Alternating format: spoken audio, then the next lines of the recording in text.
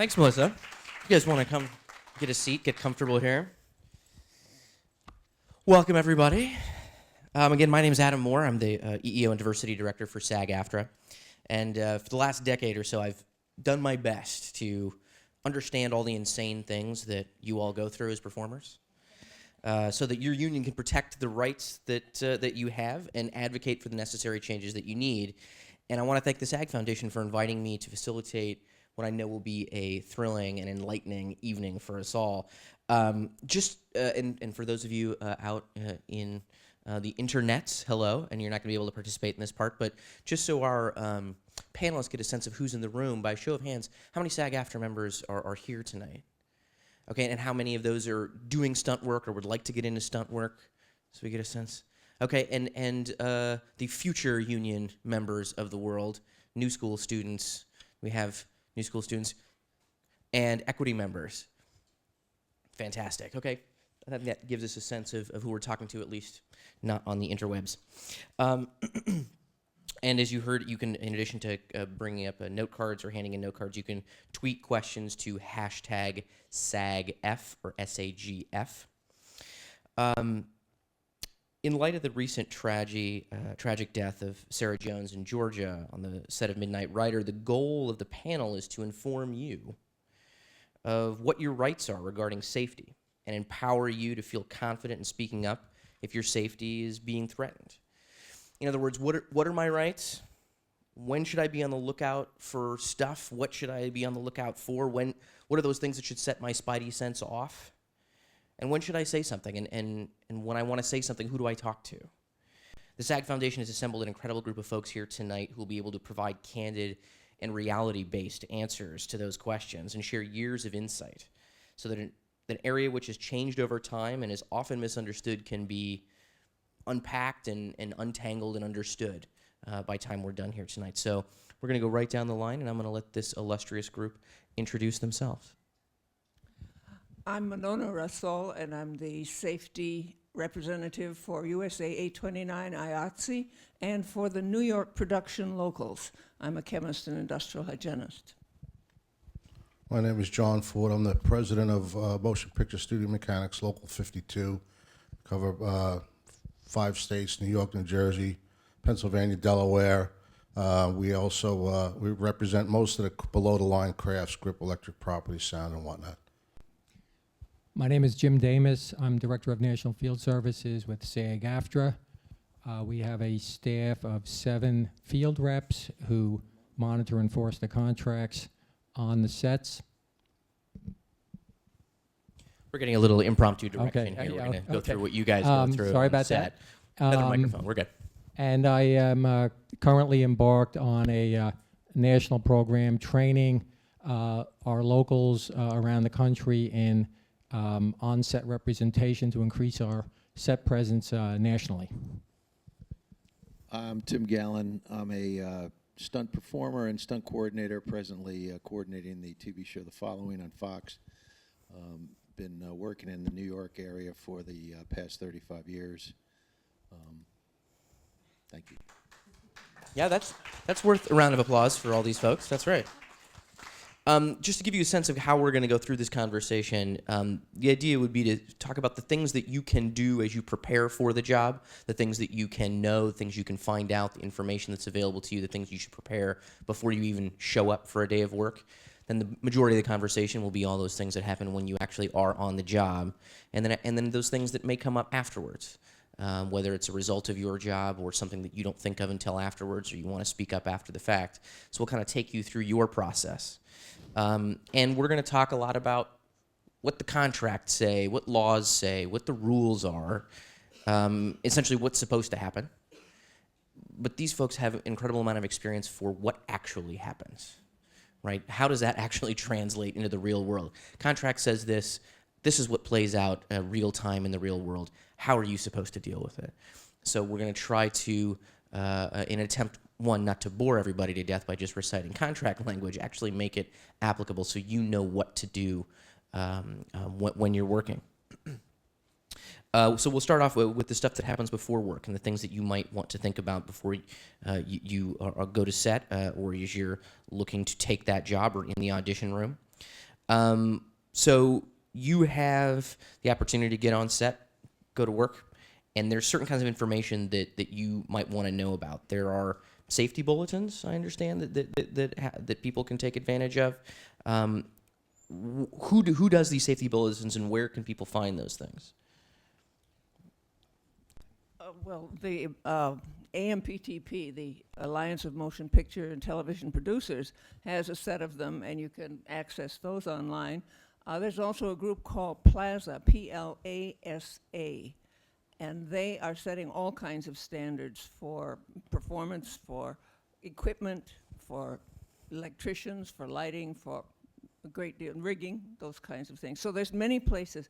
But basically, the schools should have provided you already some of this basic information on what your rights are. Most people should not come out of school thinking that OSHA is a small town in Wisconsin. They should understand that there are laws and regulations that apply just as much on a set as they do in a factory or an office building. And when you know those rights, that will give you a good head up on what you should expect when you get on the job, any job. And just in case, OSHA, Jim, is? Oh, Monona, please. Occupational Safety and Health Administration. There you go. Just in case. Just so you know, the safety bulletins are put together by a safety committee of labor management representatives who are active in health and safety concerns in the industry. And they should be out on call sheets. They're sent to performers as well as crew members. And if you're on a set and one of these issues are in play, you should always look for the safety bulletin, or if not, have it in hand when you arrive at set, on set. No, please, John. Also, I think your best bet, if you can do it, is access them online, because it's not like you go on a set or a location or a stage and there's a table with them all sitting there. Okay? If you ask for it, they'll provide it, but they'll, often, well, it's up in the production office, or it's here, it's there. You're better off at the end of the day downloading these things yourself if you're really interested in it.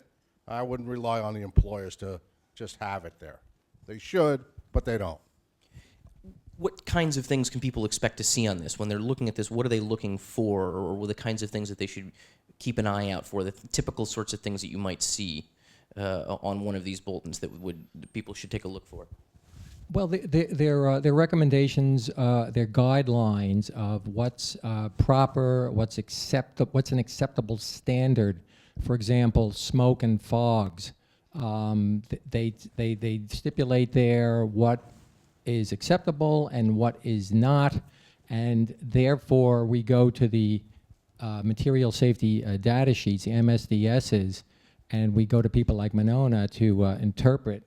Often it's clear if they're mineral-based, this is not an acceptable fluid in these products, but sometimes we need more careful scrutiny, and we rely on the industrial hygienists, such as Monona.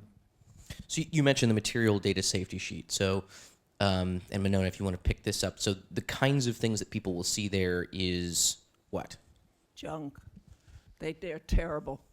The material safety data sheets, especially in the United States, are very uninformative.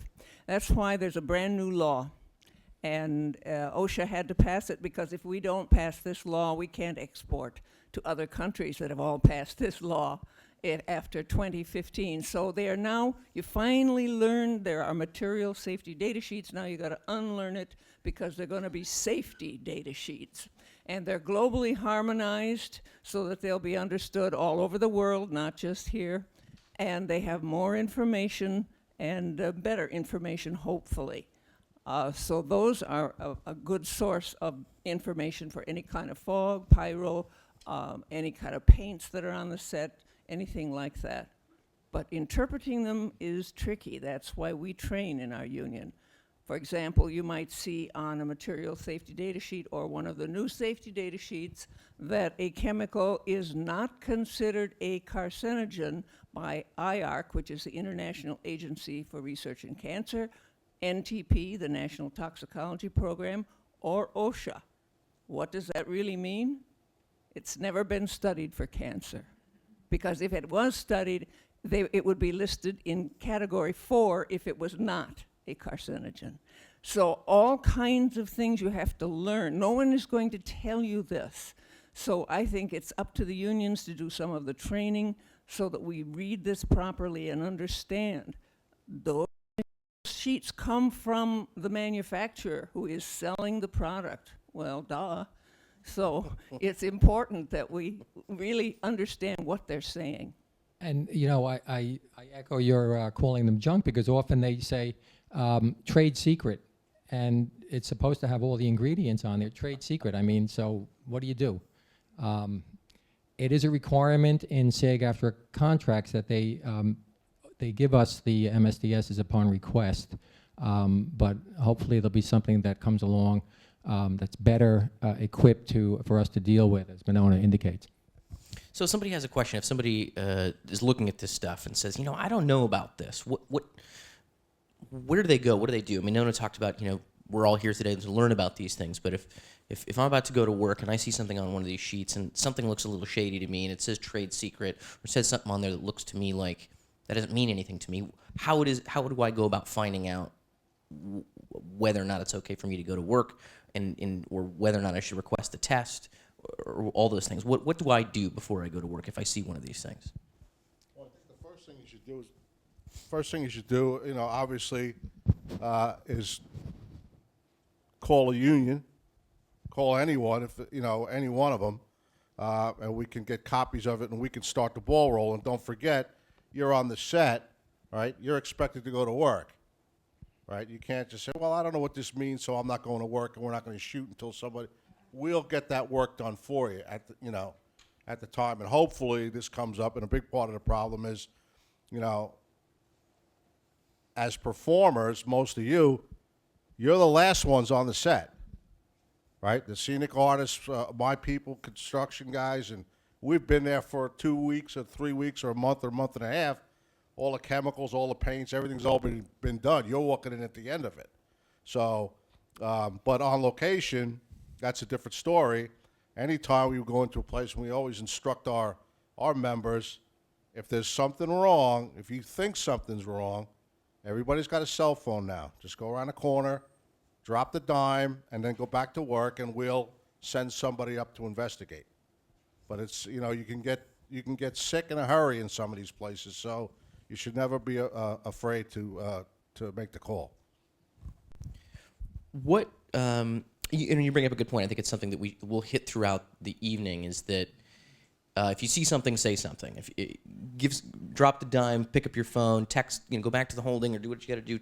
Get a hold of somebody at the union and understand that we're interested in making sure that we get to the bottom of what's going on and we don't jeopardize your ability to work in the future while we're doing it. So we're not interested. I'm sure we'll get the question. So who called you and where did this come from and how did this go down? We don't play that game. That's not the point. We're not here to out folks in terms of somebody who's dropping the. Make sure we're protecting folks not only when they're on set but also in your future job opportunities. So feel confident that when you talk to your union, you're just talking to your union. There are certain things that people should be aware of so that maybe there's smoke. Maybe there's some chemical rain or snow that people are going to be using, but it's been used before, and so long as certain standards are followed, proper ventilation, other kinds of things. So it may well be that if somebody sees something that they give a call, the call comes back to them, says, it's all okay, right? I mean, it may be that, just because your spidey sense goes off doesn't mean that it's not something that we weren't aware of, because hopefully we're all having pre-production meetings and they're being more honest than not about what it is that they're looking to do. So it does happen that people will call and we say, actually, we've known about this and this is fine to go to work. Oh, yeah, there's a lot of false alarms. And we gladly vet these calls when they come in. One of the things that we always look for are pre-production meetings with the producers prior to principal photography.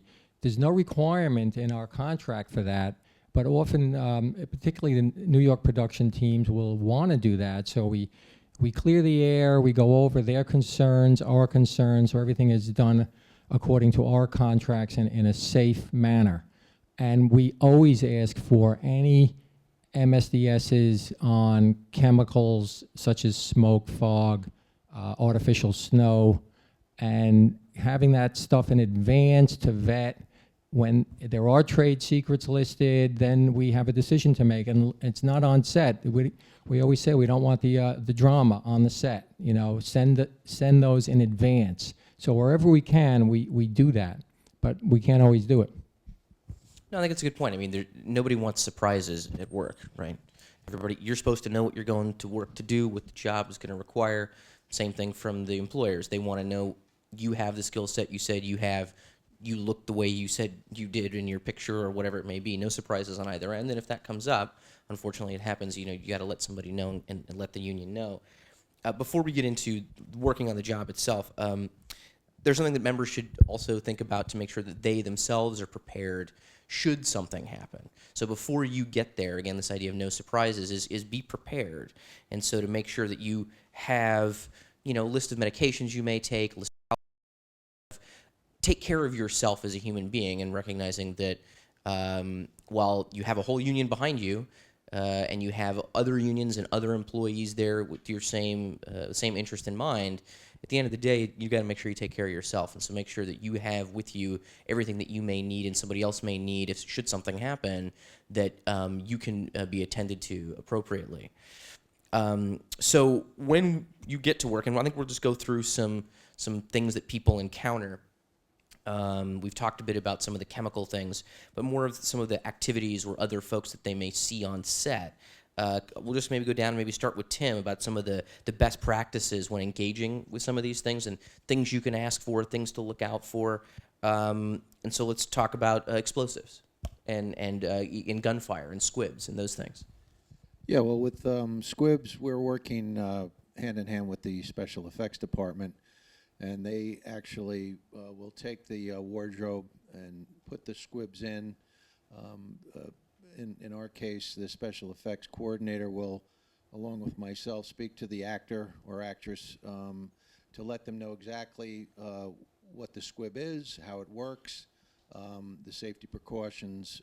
For instance, if there's going to be a gunshot here in the front of your torso, you know, upon the action, not to look down because there is a possibility of it coming up into your face, but primarily it's supposed to shoot out. So those are some of the conversations that you have. You're, as a performer, you are have the total right to request either a stunt coordinator there if you feel there's something dangerous going to be happening, or to be doubled if you are involved in something and you don't feel comfortable doing it. So, you know, those are some of the rights that you have. And we'll come back to that issue of when it's appropriate to ask for a double and things like that, because I think that is important. But Jim, you wanted to? Let me just add that if a background actor is squibbed, it's in our contract that that individual is upgraded to a principal performer.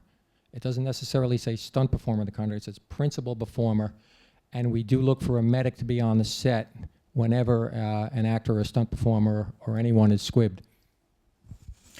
I suppose it goes without saying, we might as well say it.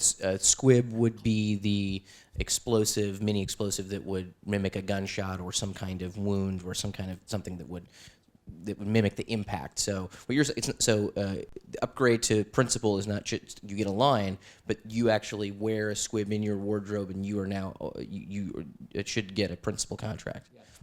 That's important. That's good. So what about? I remember. Noah was shooting here not too long ago, and let's see, they chuckled. I think it's all familiar to folks. This idea of dynamic locations, right? So you're up on the hillside somewhere, and it's not just some nice, bright, sunny day. They're pouring hundreds of gallons of water down the thing and creating mud and trying to create the most horrific natural disaster possible. How does one deal with that? I mean, whether you're a principal or you're a background performer or any of those, it can be extreme temperatures at night, middle of the summer. Well, thankfully, I was working on another show at that time. But I did hear the horror stories, and on that one in particular, it didn't really matter how much you prepared.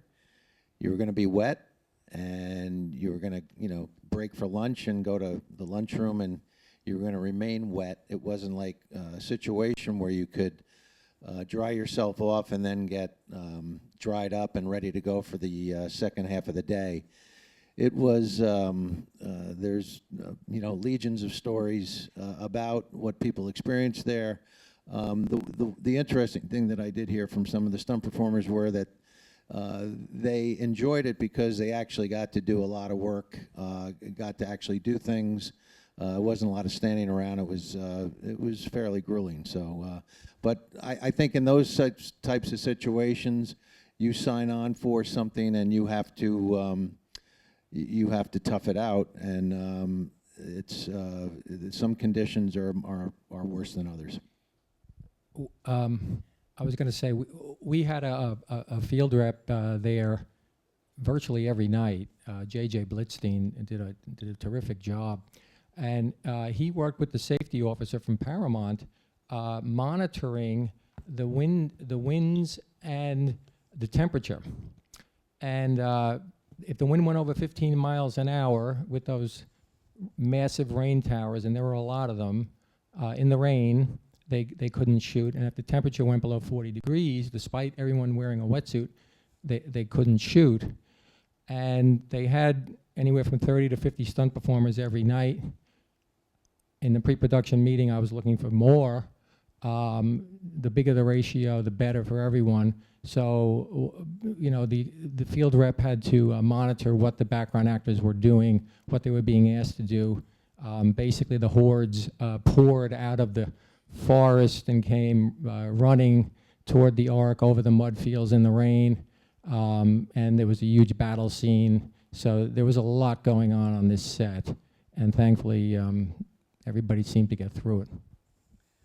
That there are safety limits for both cold and heat. Sometimes they're hard to enforce because OSHA doesn't have those rules, but those are standards of practice. And the good safety people, like the ones you had there, will look at that. And if you have a person who's soaking wet and it's 40 degrees and there's a wind, they're going to get chilled, and that is not acceptable. You do not have to kill yourself in order to make a movie. There are limits to what they can expect of you in terms of temperature, in terms of hours, in terms of heat, all of those things. So make sure that there's someone there who's going to intervene for you if it gets really extreme. And this was an extreme example, and I think it's a good one to me because there were certain things that people did know that they were getting into. And there were certain standards that it was like, well, both from the employment side and the management side said, we reach these places where you're no longer safe. You're actually putting people at risk, and they'll shut it down until you get back to a place that you can do those things, even in an extreme circumstance. And this isn't just our members. I mean, there's all the other folks on set who are having to deal with this thing as well. I mean, think about all the people that had to shoot this, all the people that had to build those rain towers, all those people that had to man those things. So it's a lot that goes into this sort of thing. But that's why there are contracts even above and beyond what our laws may provide for. When it comes to that was on location, but say you're on a set, a more traditional set, are there things that you could and should look for in terms of the environment that you're going to be in before you get working for the day? Are there things that you can ask about or knock on the walls or kind of check things out? Are there things that people should be looking for when they show up before they actually roll cameras? Yeah, there's a couple of interesting OSHA regulations that really should be thought about, and that is that you shouldn't come into any workplace without their giving you information about how to evacuate, how to use the fire extinguishers if they are there, what the plan is, if there's alarms, what they mean, where you meet to count noses afterwards. Those kinds of emergency procedures should be gone over somewhere. It's law, actually. I don't always see it. It doesn't always happen, but it should be done. So if they're not going to do it for you, you might want to find the exits. and find out what you're going to do if something goes wrong. That would be the first thing that you should probably know, is what to do in an emergency. There should be also posted emergency procedures on who you call, who you tell if there's an accident or a problem. So hopefully those things are covered right from the get-go. So reality check time. How often does that stuff happen? Well, I can tell you that on our show, at the beginning of the season, we, as a full production, we have a meeting with Los Angeles, with the head of safety from Warner Brothers. He gets involved. They also have a field rep of themselves that will come to New York from Los Angeles. He's there and in constant contact with us. When he gets the scripts, if he sees anything in it, he wants to understand how we're going about accomplishing that. He's speaking with the first AD, speaking with myself, speaking with the special effects, speaking with the unit production manager. So there's a lot of conversation that goes on prior to anything that we get involved with. And it's also on the call sheet that there's supposed to be safety meetings at every new location, and as well as in the studio. So when you come on, like she mentioned, the understanding where the exits are, knowing your surroundings and knowing where you are, and you know, your basic safety there. Anything else that people would want to look out for other than, you know, escape exits and, you know, plan an emergency, other kinds of environmental things that people should keep an eye out for? Yeah, but it would be not on the traditional set, but on location. Okay. Because one of the problems we have here in New York, and probably elsewhere, in fact, I know we have it in Boston because I've trained there too, is you can lease, if you're a producer, an abandoned building in New York from the mayor's office for $1. Now, if a property is abandoned in New York, there's probably a reason. And so we very often will find lead paint, asbestos, structural hazards, dead animals, pests. I mean, some of these are just thrilling places for us to work in. And so you really have to kind of look around. And if you see a pipe and there's stuff hanging off of it, pick up the phone. If the lead paint is beautiful on the wall, but it wasn't done by the scenic artists, it just happens to be hanging there, it's time to pick up the phone.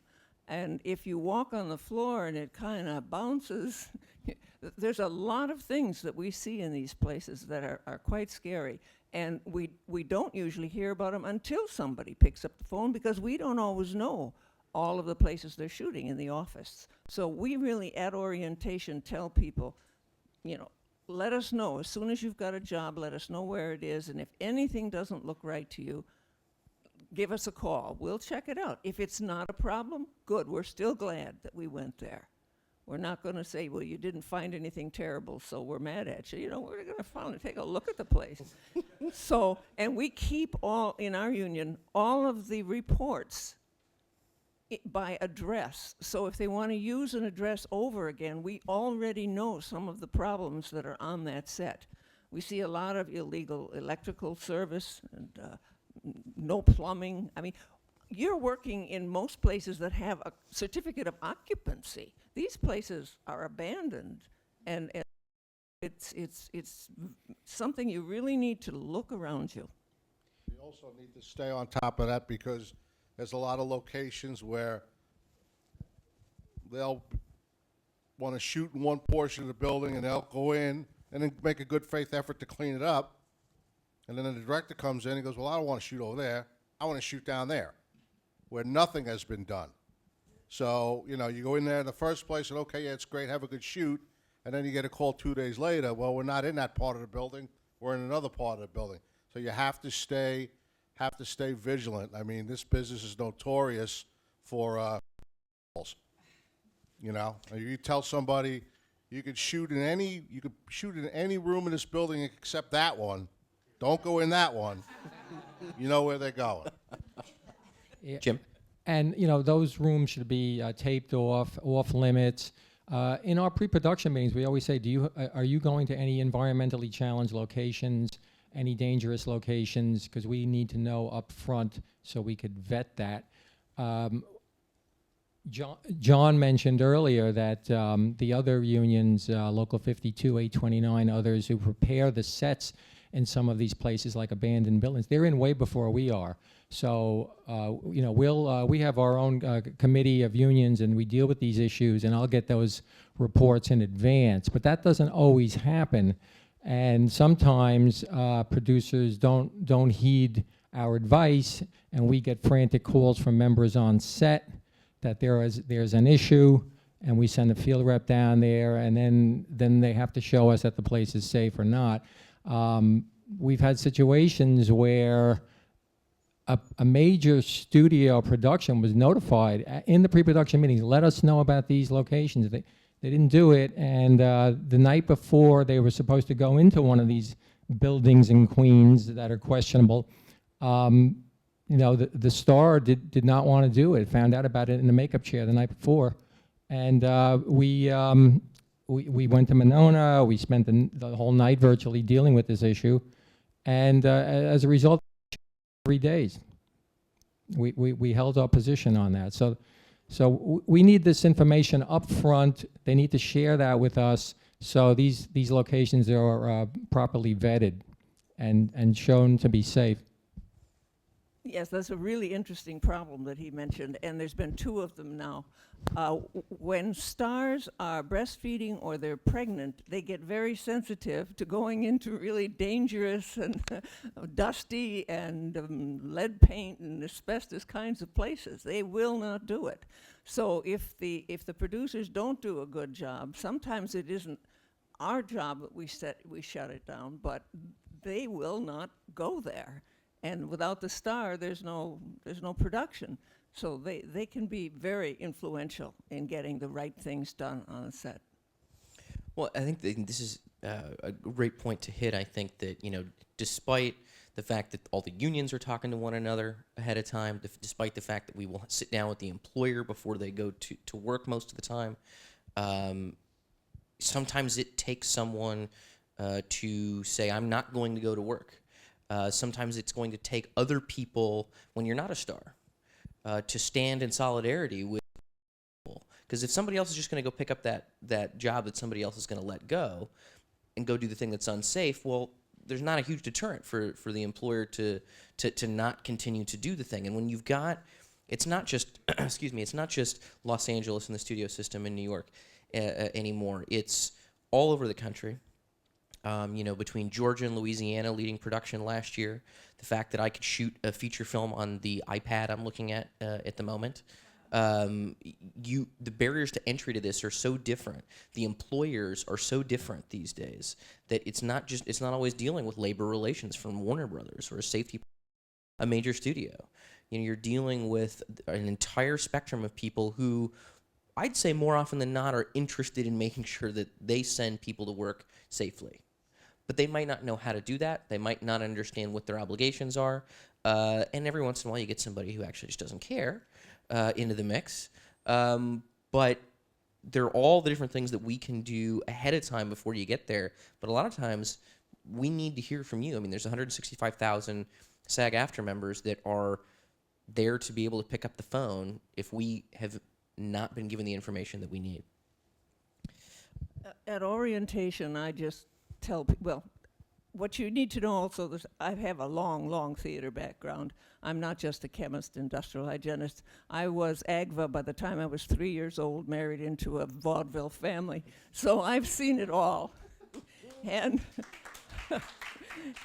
and what I tell people at orientation is people who complain about safety to producers or to theater producers, they're called a name, and the name is unemployed, because they don't have to fire people, they just don't have to hire them again if they think that they're going to be difficult to deal with on this safety area. So that's why the unions are so important. If you're working non-union, you really have no leverage for safety, but the union will stand behind you, and we're not going to name who called.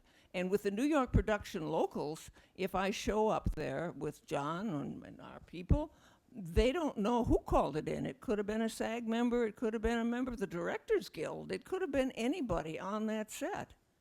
So it's very important to be able to protect workers who want to have a safe set and are willing to stand up. We've also been able to, it was mentioned how it's not just the studio system anymore. There's a lot of independent production. We're doing a lot of stuff now for the internet, and the non-studio projects, we negotiate agreements. We have standard agreements, but we write them. The unions write them. Now, we've been putting into these agreements over the last 6, 8 months, maybe a year, that we put a provision in the agreement that says the employer agrees to abide and adhere to all the studio, the AMPTP safety guidelines, and failure to do so is a material breach of the agreement, which makes this no strike clause null and void. So we can just shut the show down if they don't follow the agreements. But that's when agreements we write, not they write. But we're getting there. Well, and that's exactly, and it's the way it should be. I mean, the way that these productions are going, I mean, these are $1 million budgets, $1 billion plus budgets in some instances. So this isn't, just a vanity project on somebody's credit card. A lot of times, this is real business. Where this often get theatrical distribution. We've got more distribution channels from Netflix and iTunes and Amazon, and so people are looking to fill those programming voids. And so there's all kinds of folks making content these days. There's also a lot of these independent producers. The way you get a lot of people involved that have no history in the business. A lot of these contracts we write, there is no labor relations attorney. You got to hunt for them. It's a hired gun somewhere off in not the traditional avenues where you can pick up the phone if there's a problem. It takes a lot of work now to some of them. And that one of the reasons you got to be mindful, and you got to try to write these protections in, because eventually somebody's going to read it, the contract. You would think they would, but a lot of times they don't. But in any event, so they'll read that and they'll call us up. What does that mean? I said, what that means is you got to go on the website. You're going to download all of those safety bulletins, and you better read them, because if you violate one of them, you're going to have a problem. We just went one step further than that in our contracts some years ago, and our line says that the producer will abide by all state, local, and federal health and safety regulations. So that means if we even see a health code violation, we can make it a contract issue. If we see a federal OSHA violation, we can make it an issue. So anything that is really against a law or a regulation for safety, we can step up and make an issue of that. We have in our contracts that the performer's consent is a required prerequisite to the performance of any hazardous work or work under hazardous conditions. Also in the contract, it stipulates that producers shall not place performers in conditions that could be potentially dangerous, if at all possible. And then there is the OSHA regulations that Monona alludes to, and there's thousands of them, but there's one overriding one called the general duty clause. I'm sure Monona could elaborate on that more than me, but in general, it basically covers everything. I mean, all the technical jargon of every industry. This overarches everything and says, workers are the employers must provide a safe workplace free of known hazards to their employees. Yeah, the terminology is free of a recognized hazard. Well, dropping somebody from the rigging is a recognized hazard. Anything that is obviously a problem is clearly something that is dangerous. Even if there's no law at all, they can cite. And they do. Under the general duty clause, they cite for the types of flying accidents that we have, because that rigging doesn't conform to construction rigging. So they cite it under the general duty clause. So anytime you know that something's dangerous and the person says, well, there's no law, they don't understand there is a law. If it's a recognized hazard, you can't do it. So that's what it says. So somebody's on set. Jim said the performer, you have to get prior consent for a hazardous job requirement or hazardous duty on set. Who gets to decide what that is in that moment? I'm on set. I don't like dogs. They want me to try to pull this thing away from this dog. I think it's hazardous. Set tells me it's a little tiny terrier and I need to get over it.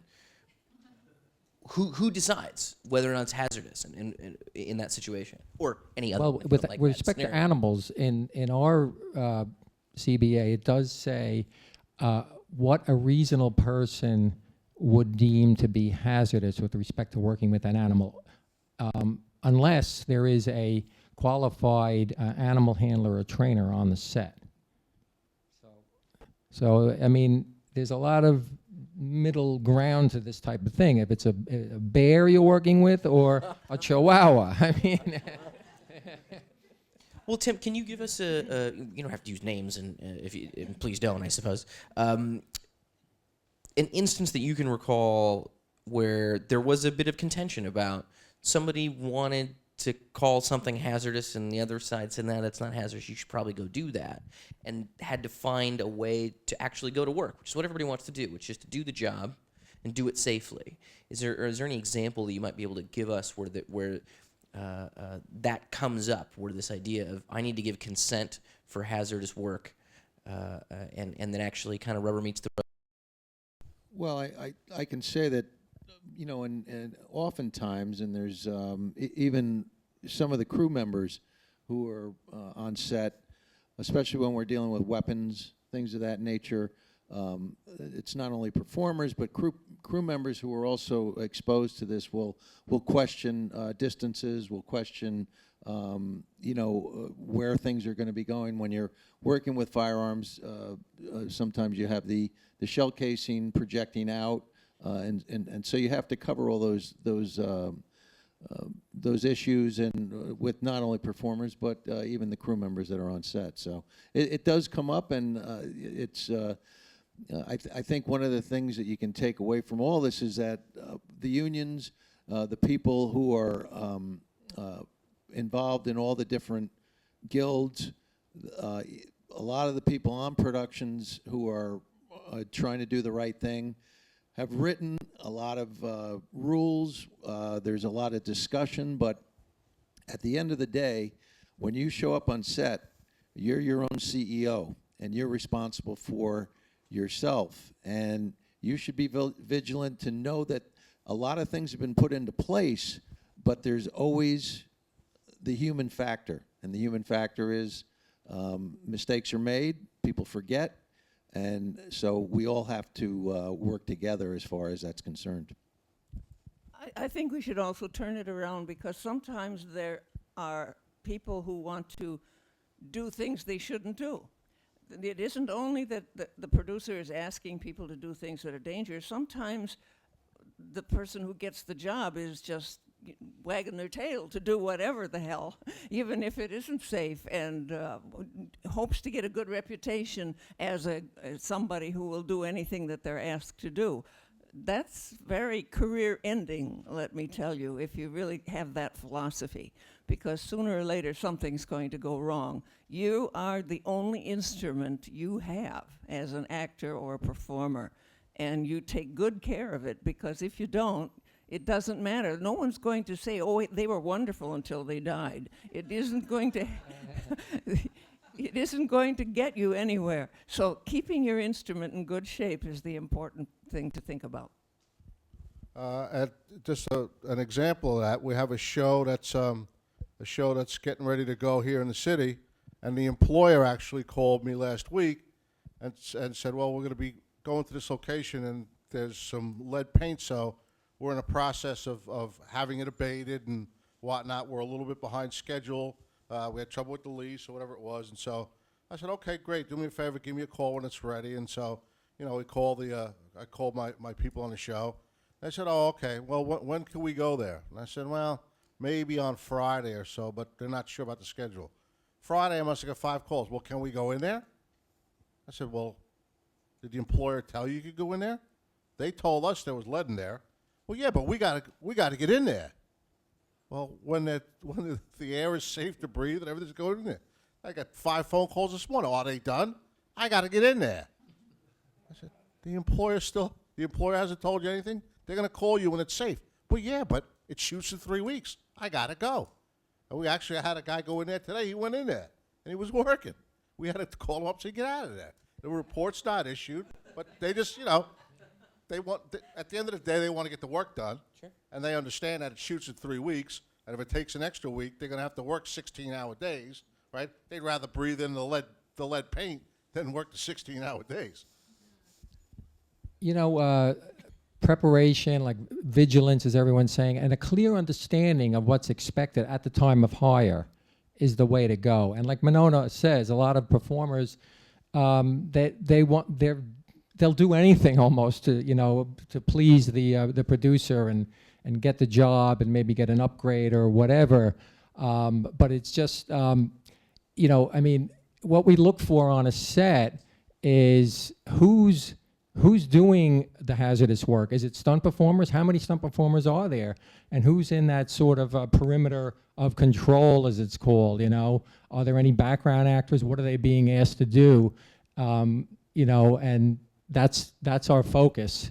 And is it something acceptable that they can do, then they should get additional compensation. If not, then they shouldn't be there. Oftentimes, field reps in discussions, as the scene is being set up, will alter the course of that scene, sometimes out of safety concerns, but more often out of what it might cost the producer. You're looking at some upgrades over here. You're looking at significant adjustments, compensation adjustments, that type of thing. So the clear understanding of what the performer is going to do, and don't misrepresent what you can do. If you're asked to say, all right, we need you to be in the woods and running in the mud, and it's going to be cold, layer up, and then you get there and it's overwhelming for you. I mean, you kind of signed up for it as long as you're broken properly in heating tents and they do as much as they can to make it acceptable. It's something you signed up for. Not everybody should sign up for it if it's not for them. So, I hate using this term, I suppose, but it's important. So who's the decider? Right, when you're on set, Tim, I'll keep picking on you. You say you're not doing coordinating. You're actually working as a stunt performer, and there's a coordinator there doing things, and you're a little iffy on something that you're being asked to do. Your first instinct is to talk to whom? Well, if I'm there as a stunt performer, my immediate boss would be the stunt coordinator. Okay. And I could speak to him about something, and if it's something that is dealing with background performers, say, or it's a crowd scene, the stunt coordinator can go and discuss it with the first AD, because ultimately the director is trying to create something, and then the first AD then sets out to set the scene, putting people in certain positions. There might be stunt performers laced within that, and you're trying to create something. So it's a coordination and a cooperation with everyone there, so that they're hopefully listening to exactly what the action is going to be, what they're required to do, and there are many instances where someone is trying to get in, get their face in there, get seen, get possibly noticed, and it's something we're not too happy about when it does happen. I'm sure it doesn't happen terribly often. No. So, good, I'm glad everybody got that one. You're the coordinator. Stunt performer comes to you. They're worried about something. You've been really pressured to try to make something happen. You're trying to do it the best you can. You're talking to the first AD.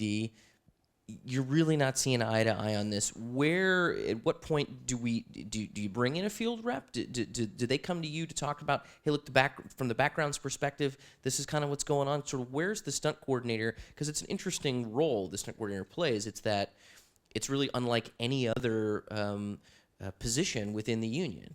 You're a union member, you're an employee, you're not management, but you're also relied on to go find the talent, to go instruct the talent, to make sure they're all safe and that they can perform their duties. So the first AD is looking to you as sort of an ally and as a partner, because you have to be in order to execute the vision.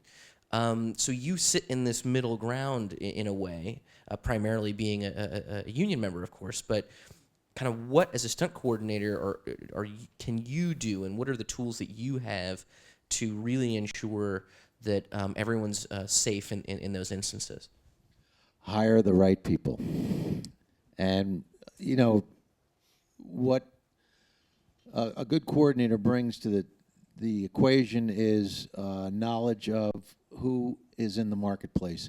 And if you're going to be doing anything that's considered dangerous, you would like to bring the best person who can do that, whether it's a cannon flipping a car, whether it's a high fall, whether it's a fire gag, whether it's a rigger. You want to think of it as, if I'm going to be hanging off that building, who do I want rigging me if I had to be up there? And so that's the first order of business. Is you get the pages, you see exactly what you're going to be doing, and then there's like we've mentioned, there's a lot of discussion about it. But at the end of the day, when you have to do what you have to do, and many times there's time crunches, like you mentioned, and so that's why in our business, we emphasize the training, we emphasize the knowledge, we emphasize the experience, and as much of that you can get prior to walking on set, the more valuable you'll be. When a field rep shows up on set and sees someone like Tim or some of the other veteran stunt coordinators in New York on the set, right then and there we know, all right, things are covered here. And they're going to have their people in place. Like Tim said, it's one of the hardest jobs to break into, is to be a stunt performer in the regular mix, because they only rely on people who are excellent at what they do, because their reputation's at stake. And the field reps will have a discussion with the stunt coordinator. Okay, some scenes there will be background actors involved on the periphery. And all right, what is the line of demarcation? We'll go over that. And that's something we look for. The field rep is sort of the voice of reason. It's the only person on the set who's not collecting a paycheck from the producer. And to make sure that, and sometimes in the fog of getting the shot, we make sure that stunt players are doing stunt work, and background actors are not asked to do more than they're capable of doing. And when we see the right stunt coordinators in place, we know that's not going to happen. They're talking about the majors and the way things are done when it's done right, but there are all of these smaller productions and all of these lesser people. And it's very difficult, because very often people are not qualified to do what they're doing. And there is arguments about what is right and what is wrong. And sometimes that's, again, why the union is important. I happen to be an employee that carries also a $2 million professional liability policy. I'm considered an authority on certain things so that I can end those arguments in some cases. This gentleman here could end them too, but you have to be careful with these smaller productions. We see people doing pyro who aren't even licensed sometimes in these situations. We see people who are doing stunts that they have no business trying to do. We see people rigging things that aren't safe. So you have to learn. The more you learn about all of the crafts, even the ones where you don't actually do it, but learn something about basic rigging. We teach even basic electrical stuff. There are certain types of equipment that you see them, you should know there's something wrong. There's certain kinds of wiring and other things that are really obvious. We want our people to know those things so that when they go on set and they see something isn't right, they can pick up the phone. So the more you learn, you could never learn everything there is to know, but just keep learning absolutely everything about the business. There's nothing you don't want to know. It is. It's got to be one of the most, if not the most, sort of intensely and insanely collaborative, multifaceted endeavors that anybody ever gets into. That in any given moment, all of these pieces have to come together exactly right every time in order to even pull it off. And I think it's very important to not only our members but everybody else on set to understand what everybody else's role is, so that you can ask the question. And I guess I'm going to take us out of this just a second, but I think you had said something that I think is very interesting about making sure to take care of your instrument. You know, this is what you have. How is it if I want to be safer, if I'm just getting into this business and I want to break into stunts, if I want to learn about what is appropriate rigging, if I want to know all of these things, how do I do it other than hanging around the people on set that know it? Are there places that you got your start, or places that other than the unions that people can go to get this kind of information? Meet these people? It used to be a very loose, and pretty much you picked up things as you went along. Today it's gotten much more technical. We have people who are specializing now in fire. There's people who are that specialize in some of the rigging with the high-speed winches and things of that nature, which are are quite a lot of money to invest in. So and it's computerized, and it takes a lot of knowledge, and it's quite an investment, and you want to have people who know what they're doing. The way I came up, for instance, was that you didn't have an opportunity to do anything until you were around for a while and you witnessed it. You may have helped out. You may have been holding the dummy end and watched the expert work, and you work your way up. Today, there's a lot of work out there. There's a lot of venues. There's a lot of pipes that are sending the information out now that we have the internet, now that we have cable. So a lot of people are getting opportunities a lot sooner than I did. They're being put in positions that might be somewhere on the line of should I or shouldn't I? And I think that's for the individual to, you have to be able to answer that question, and you have to, if you're going to go to the driving schools and learn how to drive, if you're going to go take a seminar for rigging, do those things. If you're going to be involved with fire, find out who the fire guys are, and, ask questions, learn as much as you possibly can. I had the pleasure of going through Local 52's rigging course back a while ago. So the unions also train. And the other group that I mentioned, PLASA, P-L-A-S-A, has an educational branch that provides training in arena and theater rigging, and actually will certify people as meeting the requirements of their courses. And they have people who are certified in other fields. So this is an educational program. You have to learn where this technical stuff is being taught and seek it out.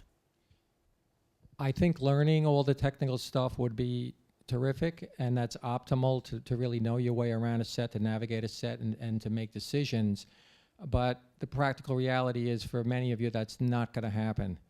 So what I want to say is evaluate your situation on a set, particularly as Monona points out, with these low-budget movies that are more apt to cut corners and place you in situations that you might not be ready for. When you see that developing and it doesn't feel right, that's when you call the union. During work hours, you call directly to the local. If it's off hours, nights, weekends, holidays, call the number on the back of your card. There's 2 numbers. There's one for New York and one for Los Angeles. And this is a national emergency hotline. You will then be, the call will go through if it is an emergency and will be dealt with by your local representative in whatever local, wherever you're working, the closest local there. So that's something to keep in mind. I'm on call 24/7, and my cell phone is on vibrate right now, just in case. No emergencies? We're okay? We're okay. Okay, here, we're okay. Yeah, but it's coming. Look out. Oh, man. Yeah. Yeah, right. I echo that. I'm on call too. Yeah, I left my cell phone in my bag. To add to this, from our end of things, beyond safety in terms of stunts and these kinds of things, the union also protects against sexual harassment and discrimination. And so that hotline number, what goes to an operator, and you describe the situation that's going on, and they'll find the right person, whether that's Jim or someone like, and who would then get in touch with somebody like Monona, or it could come to me or someone on my staff as well. So the number on the back of the card does go to a human being. It's good to remember that. Let's take this idea of different kinds of environments, studio, low budget, new media, and take a specific example of something that people have a question about and kind of play it out in these different scenarios. So a medic on set. When is that necessary? Does it matter in terms of the kinds of work that's being done? Is it the matter of number of people on set? Is it the budget that goes along with it? Whoever wants to jump in. John? Well, Local 52 represents medics in a tri-state area. Now, that being said, and I find this very, very hard to believe and comprehend, and we've had them for probably 10 years, okay? But if you read the majors agreement, it's not mandatory that they be hired. Some companies will hire them right away for set and for shops. Other companies don't hire them at all unless there's a stunt of some kind or pyrotechnic. It really, truth be told, boggles my mind that a picture with a budget of $100 million or $50 million will not put a medic on a set in a shop that may have 75, 100 people, welding, people upstairs, forklifts going on, scissor lifts. Some do it, and some won't do it at all. It boggles my mind. If somebody gets hurt, you got to send him to the hospital. Right? The team's just got to take him to the hospital.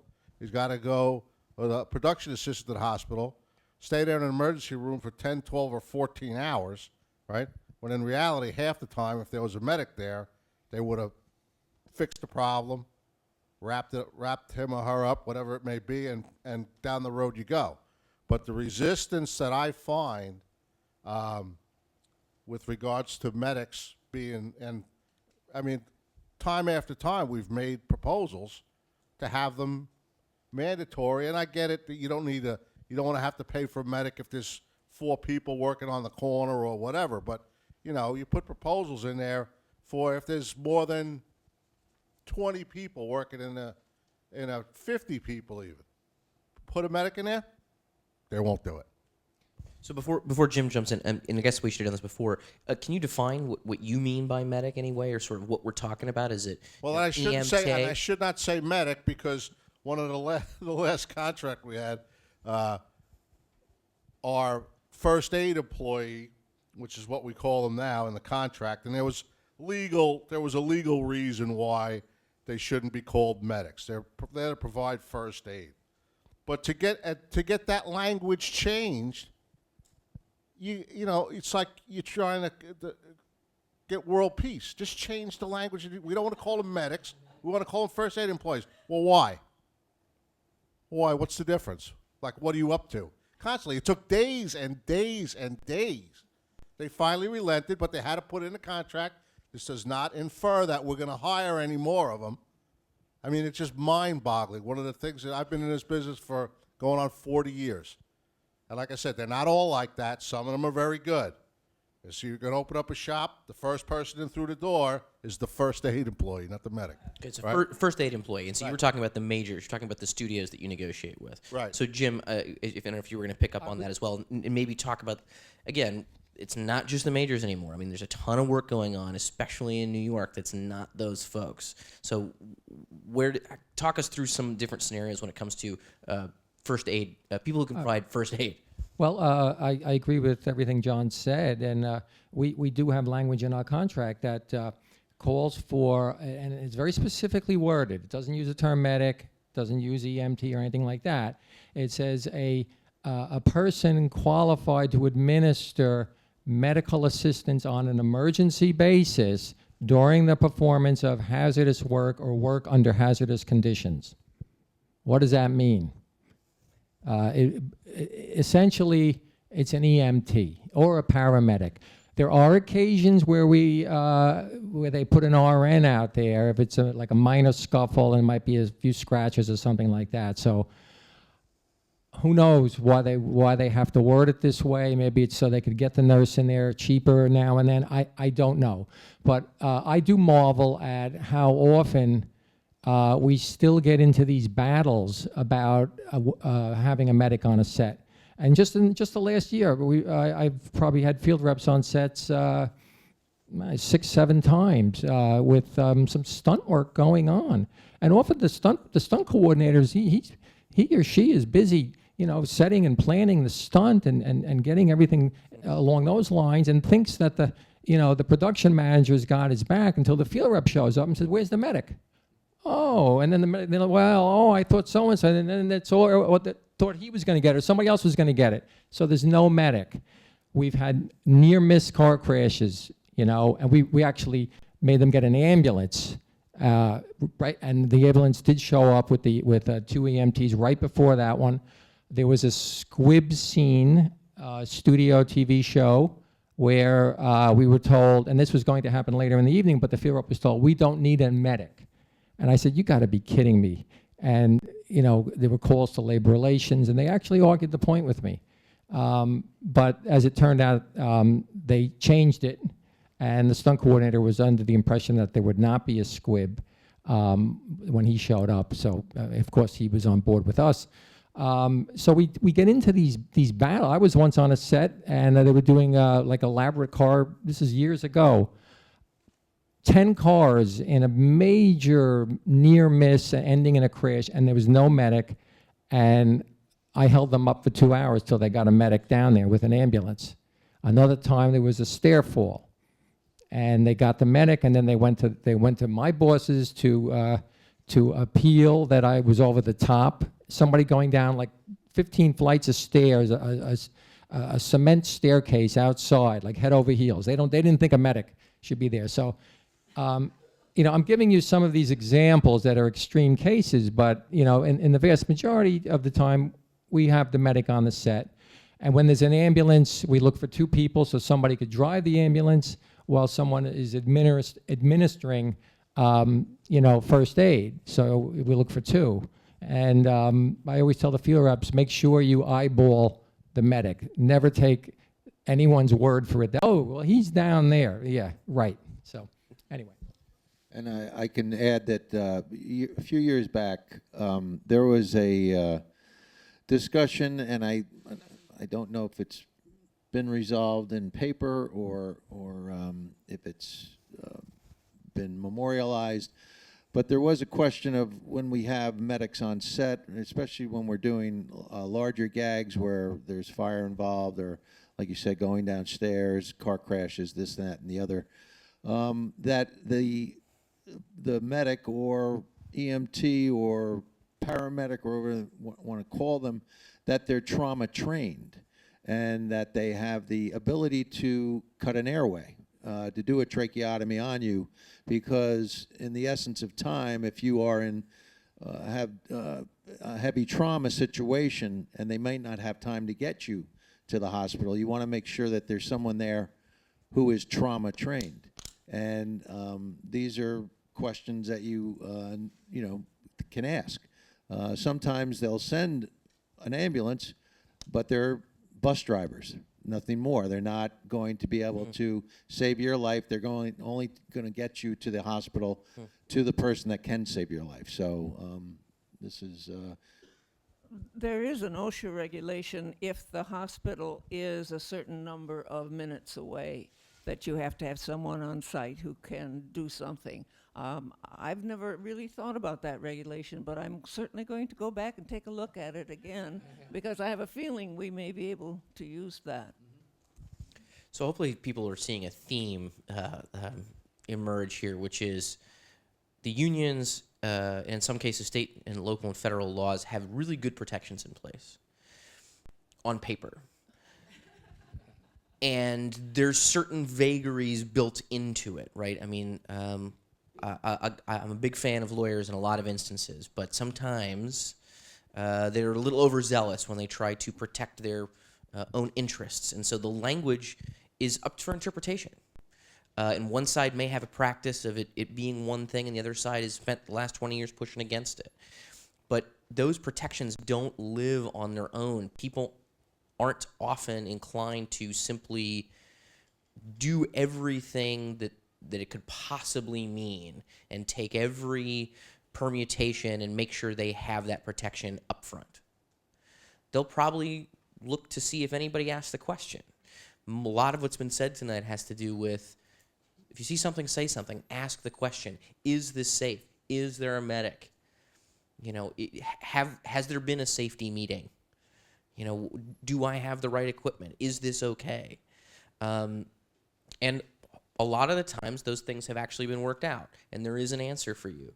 But sometimes there isn't, and it needs to be worked out. So there's a lot of good protections built in, but it doesn't mean anything unless you identify your situation as lining up with what it is on that piece of paper and raising your hand to ask the question or picking up the phone and asking the question. He's right, and all of these laws are wonderful, and all of the agencies that try to enforce them are pretty decent people. The problem is most of those agencies' budgets have been cut to the point that you're looking at OSHA being two guys in a garage somewhere. There aren't enough inspectors. The head of OSHA gave a press release a while ago, and he said that they have enough inspectors to visit every single workplace in the United States for 15 minutes once every 133 years. So it isn't going to happen. You're not going to see it. You can't wait for that to happen. OSHA will only show up usually after somebody's lying on the floor with their feet pointing up, and that's kind of like too late. So it's important that the unions can kind of step in and be in lieu of enforcement, because the laws are fine, but there really isn't going to be anybody there to enforce them. So we're going to empower all of these people to call the union, to ask the question, to raise their hand. Part of this safety is also going to be safety of their careers moving forward. Are there protections for folks if they do say something?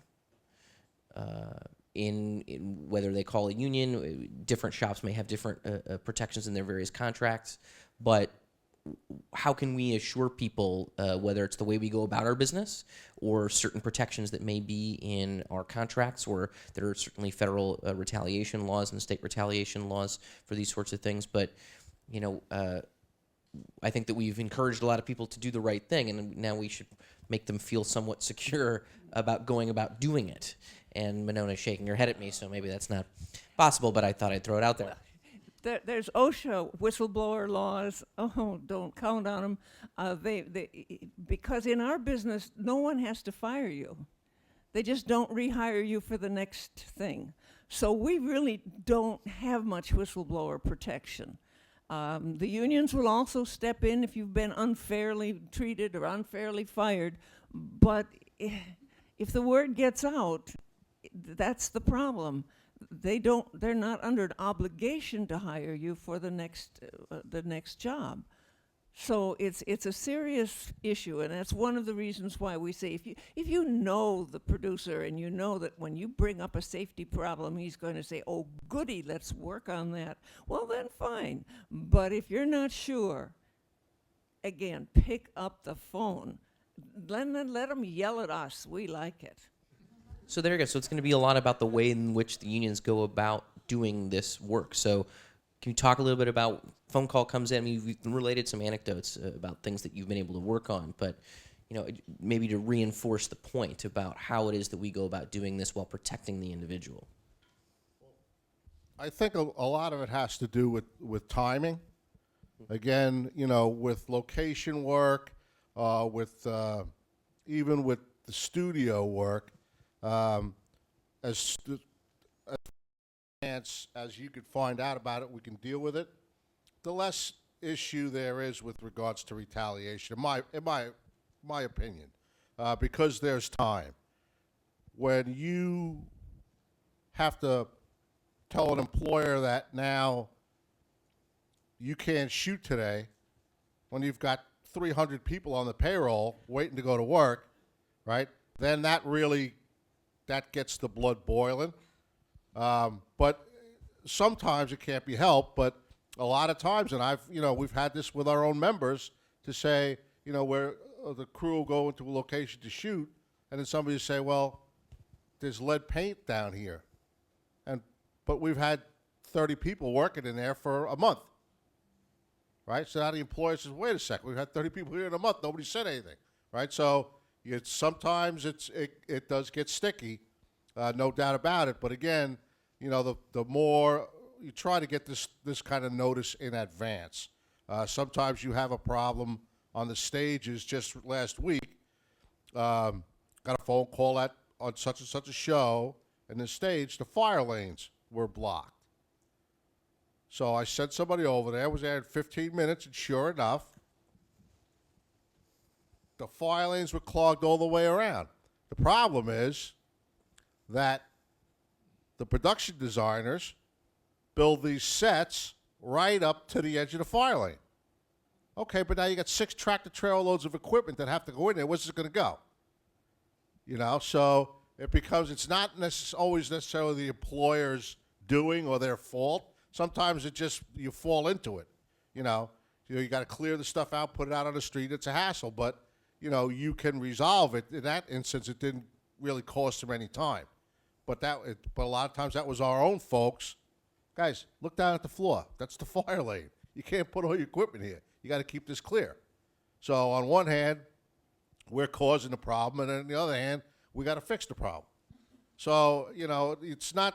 You're not going to find a perfect solution all the time, but basically, the far in advance we know, the less reason where there is and it could be anybody. It's hundreds of people, so they're not really. I don't know that they're really interested in who actually made the call. If we can fix the problem in a timely manner. And we encourage producers to notify us in advance so we can work on these problems with them when there is a big, dangerous scene, maybe involving not only stunt performers but background actors, or a dangerous location. Let's get everything straightened out beforehand. That doesn't always happen. We get call sheets the night before. We're on the automatic distribution list, and we look at those and try. The trick for me is to try to have a field rep on set during the areas of concern when they're being shot. If there's a battle scene that's scheduled for later in the day, we'll have a field rep ready to go. Field reps work, nights, weekends, even holidays. So that is key, to get a field rep on the set. But we also, producers don't always want to deal with us beforehand. So if you're working on a set and there's a big scene coming up, or there is something particularly concerning to you, call us and we will be there. And we will deal with it in advance. We'll just say, we heard about this. Everything's confidential, but give us advance notification from your end so we could deal with it. The ideal situation is when John and I, and usually Beverly Miller from 829, are called ahead of time by the location scouts. And we actually go and look at the locations that they're thinking of leasing or renting or whatever. So we can actually tell them ahead of time, well, if you use this one, here's the problems here. If you use this one, we're going to have to fix this, and so on. And that's the really ideal way, because then they can actually budget for it in terms of both money and time, and we can get the problems caught right at the beginning. So I'm looking at some questions that have come in from the audience and also from Twitter, and I'm just going to hit these right now, and we'll get to some of them in a minute, because they're about this topic. They're about this thing about fear of loss of work prevents people from saying anything. Is there some anonymous contact number or site that people can use? I want to make sure that we have this clear. If you're working somewhere and there's some, say you're working, your background, they ask you to do a stunt and you want to get an upgrade, or you have wear a squib and you look to get a principal contract, or something happens to you as an individual, clearly there's no way for the union to go about fixing that for you without it being about you as an individual, because it directly affects you. But the things that we're talking about right now, the see something, say something, pick up the phone, call the hotline, call your local shop. If it's about the workplace, if it's about the working conditions, there's no reason we would ever tell these folks who it is that called us, right? Is that, I mean, do I have that right? That Absolutely. is, whether it's the back of the card or you call which union or the other union, your union will keep your identity so long as it doesn't have to do with you and as an individual. Say you got hurt specifically, or you need some sort of contract upgrade. If it's just about what's going on and they want to let us know, they don't even necessarily have to tell us who they are, right? They could just call us up, say, I'm working on this set, this is what I think is going on, can you go find out about it? Not even bamboo under the fingernails will get that name. Okay, so there you go. I think that's important to make sure people understand. Yeah, absolutely. Confidentiality, and when something's happening on a set that affects everyone, it all it takes is one phone call to us, But sometimes, things happen fast on a set, and there might be, 80 background actors, and suddenly they're facing what is perceived to be a potentially dangerous situation. Sure, call us, and we'll get right on that as soon as possible. But if immediate action is necessary, solidarity is the way to go. If everybody is involved, speak to the first AD as a group, to the stunt coordinator. These are the people responsible for the safety on the set. The first AD, the stunt coordinator, solidarity with cast and crew and background, looking out for each other. That's the way to go to solve problems in immediacy. But definitely call us, and confidentiality, as we know, is always protected. One thing I'd like to bring up also, we're talking a lot about on set, but I'd also like to talk a little bit about in the audition room. And something that occurred in the last commercials contract that some of you might not be aware of was that we were put into the contract that if you go into audition for a commercial and they are asking you to do some stunts in the room, which happens quite often, you're entitled to have a stunt coordinator there in the audition room to assist you. I can tell you a little story that I got a phone call.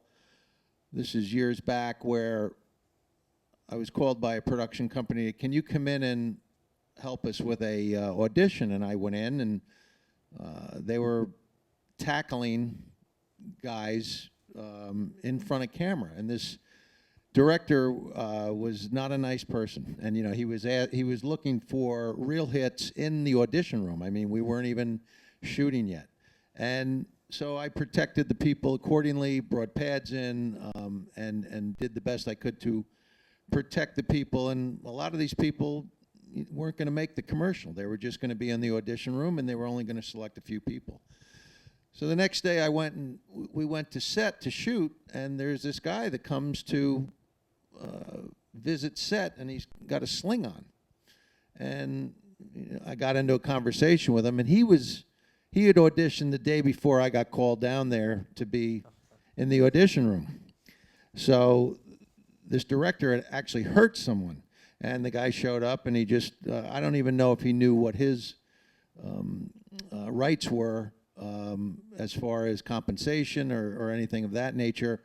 But now at least actors have a tool when you go into the audition room, and this is all in the commercials contract as far as the other contract is concerned, not in that provision. But I think that when you go into an audition and they are asking you to do something that you feel uncomfortable with, I would say no, because there's no guarantee you sell out for them in that audition that you're going to get hired. And you may be going home very sore, and all because someone doesn't have the vision to be able to see what's going to occur on set. I kind of wonder how many performers and actors and people who are in our business, in the technical unions, how many really understand that you can't sue your employer, even if your employer puts you in harm's way. That's what workers' compensation was granted in lieu of.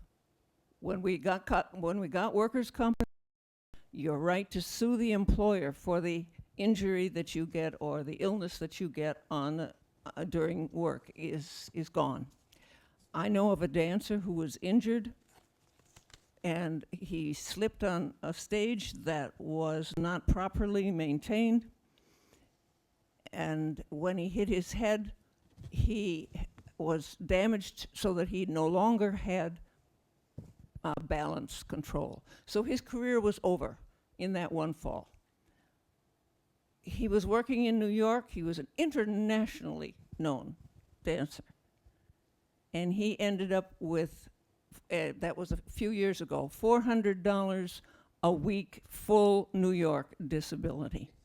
Now, you can't live on it. They've raised it to $600, but you have to understand that if they hurt you, you're done.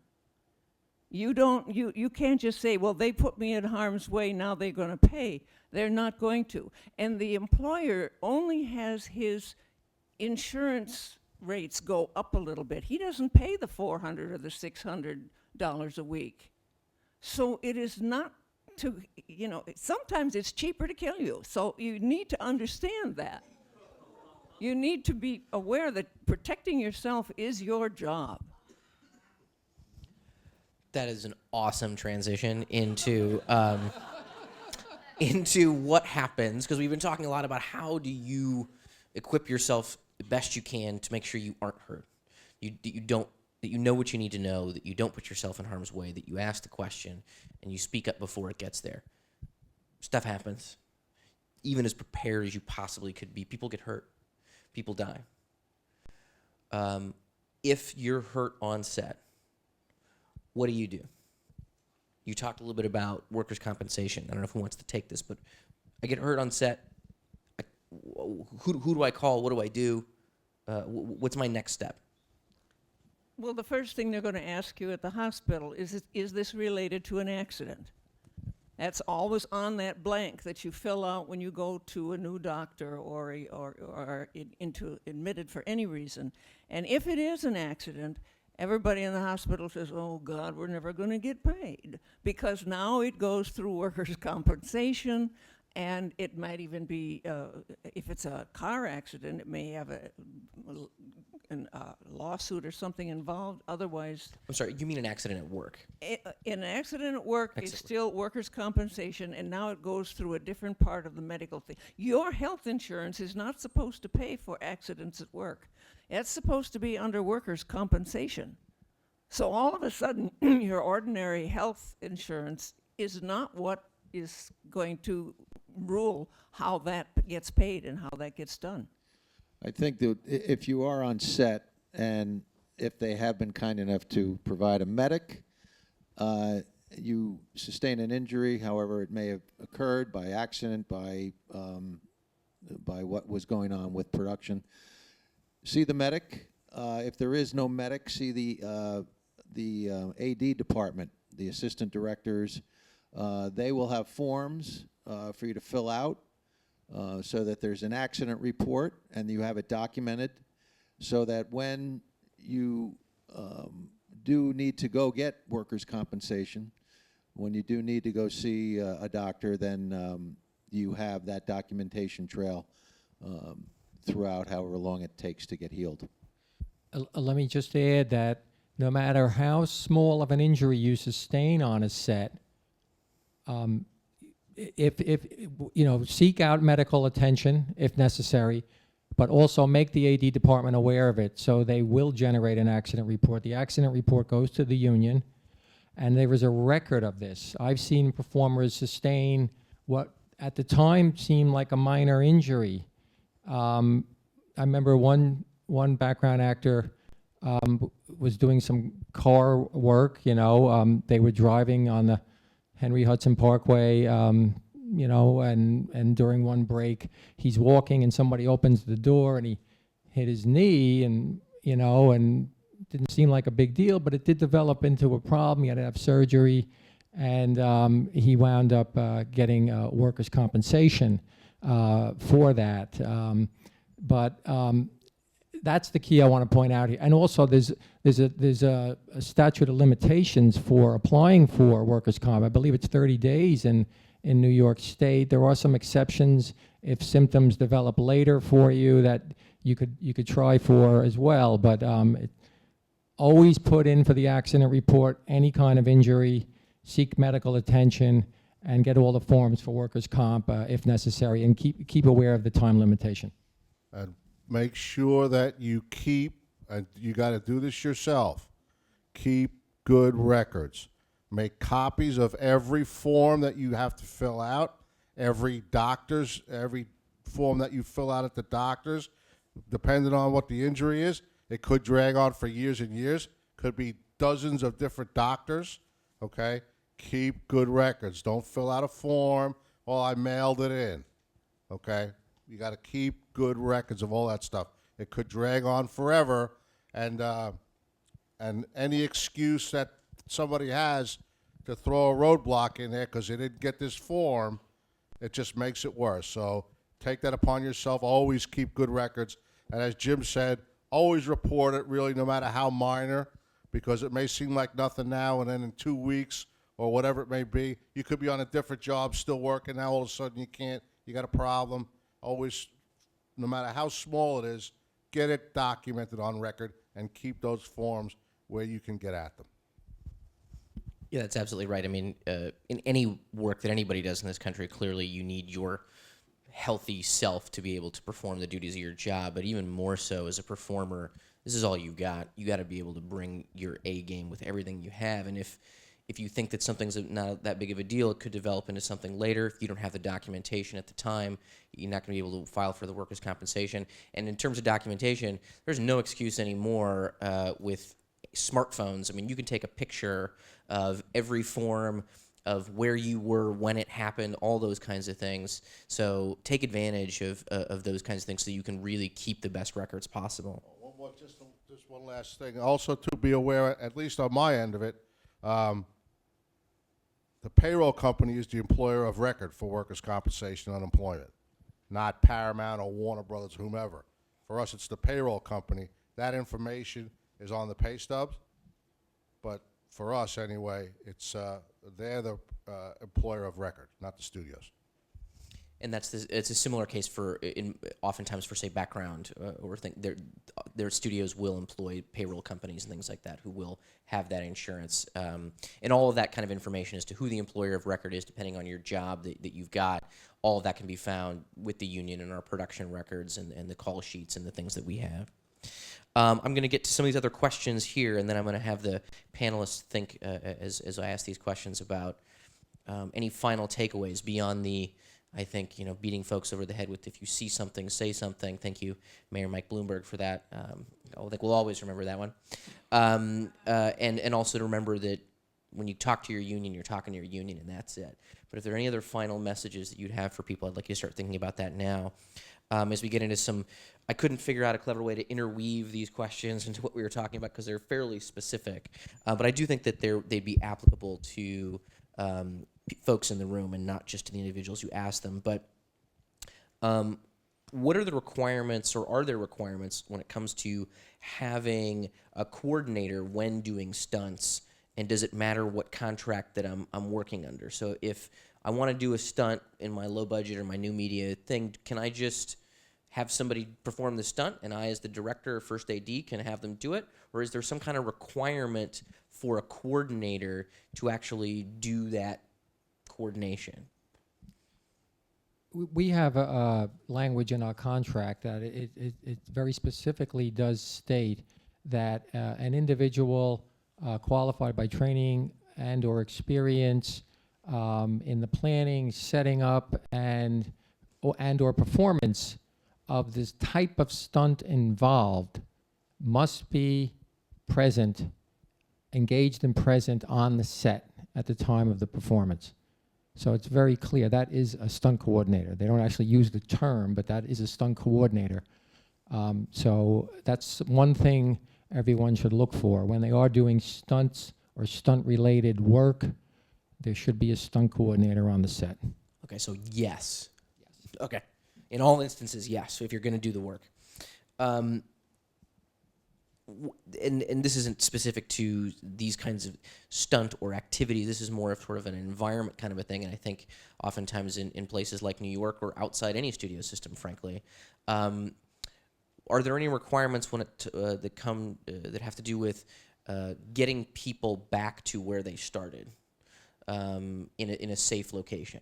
So you're working at till 1, 2, 3 o'clock in the morning, and they just say, "Okay, see you guys later. We'll see you tomorrow." Do they have to do better than that? In what instances do they have to return them to some place that is agreed upon as a safe location? Well, for SAG-AFTRA, we do have the after 9:30 night transportation rule. Unless they're shooting in a very tiny zone, 57th and 34th, 3rd and 8th Avenue. If you're in that zone, they could wrap you after 9:30. You're on your own. Anywhere else, they are required to take, whether they're inside the 8-mile zone for background or outside of it, the 25-mile zone for principals, inside or out, they have to take you back to the original pickup spot and then go on to one of the safe zones, which is Penn Station, Port Authority, or Grand Central, at their choice. Do we have those kinds of rules that outside of New York? They have different zones. Most of them have like a 30-mile zone. The only one would be Los Angeles. I think they have something in place along those lines there, yes. Okay. Tim, did you want to speak that? I saw you. No. Good, okay. And we talked about sort of these... Oh, excuse me. I meant the western zones for background, Los Angeles, San Francisco, and there's other western zones as well. Thank you, Jim. Is there anywhere, and this was you talked about at the beginning, to don't trust that these things are going to be on set for you in terms of guidelines and safety things, and is there either a person or is there some place once you're there, and maybe you had to leave your cell phone and holding, and you can't look it up online, and you can't really get at it once you're there. Is there a person on production or if on our end of things that people can find that stuff out? For example, when we talked about NOAA, that they had decided, okay, a certain mile-an-hour wind, certain temperature, and that's the threshold. If I get to set and I haven't figured that out before I get there, how can I find out when I'm there? Well, I mean, the person to go to would be the first AD or the stunt coordinator, and they're in charge of that kind of stuff. There might be a safety officer present from a studio, but whatever the concerns are with respect to one's well-being and where you might be placed, you start the ball rolling with them. And if it affects many performers, approach them as a group if you can, and this way everyone is involved, and they're not going to drop a dime to casting on 30 people. Okay. And we'll just to give the cameraman a break, we'll start with Tim for final thoughts, and we'll work our way back this way. Have fun while you're out there. I think we've gone over quite a bit about the fact that these things have all been discussed. There's a lot on paper, but at the end of the day,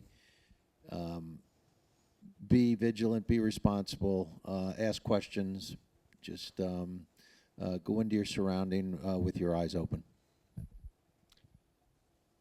I think in light of the tragedy of Georgia, there's the heightened awareness of safety across the country on sets continues, and it will continue. And I think if anything good comes out of this, people will speak up more when they're on set and they don't feel something is right and their safety is jeopardized. Just remember that, just if you have a right to ask questions, you have a right to know your workplace is safe. You have a right to know that anything that you're being asked to inhale, ingest, or touch, you need to know what that is. They are, according to our contracts and by OSHA, they must provide you with the data on these products. Just you're in charge, and stick together with the crew. Call us when necessary, and we'll be there for you. Yeah, this is really, without a doubt, the most chaotic and insane industry that there is on the planet. I mean, really, it's every day it's controlled chaos for the most part. Sometimes you lose control, and that's when bad things happen. So again, it's the same thing. Keep your eyes open. One thing I did want to say, one of the biggest dangers, and it's present every single day, that nobody ever talks about really, is fatigue, right? Especially you go to work on an episodic TV show, that's 10, 12, 14, 16 hours a day, 5 and 6 days a week for 4 or 5 or 6 months. We're trying to get better at it. Some shows are a lot better than others, but that's another one now too, is you really got to be mindful. If the employer's providing you transportation, that's fine. My folks live all over the place, so as a rule, they drive. And so that's really a big issue. In my mind, that's the biggest issue. The other stuff, yeah, we can do the best.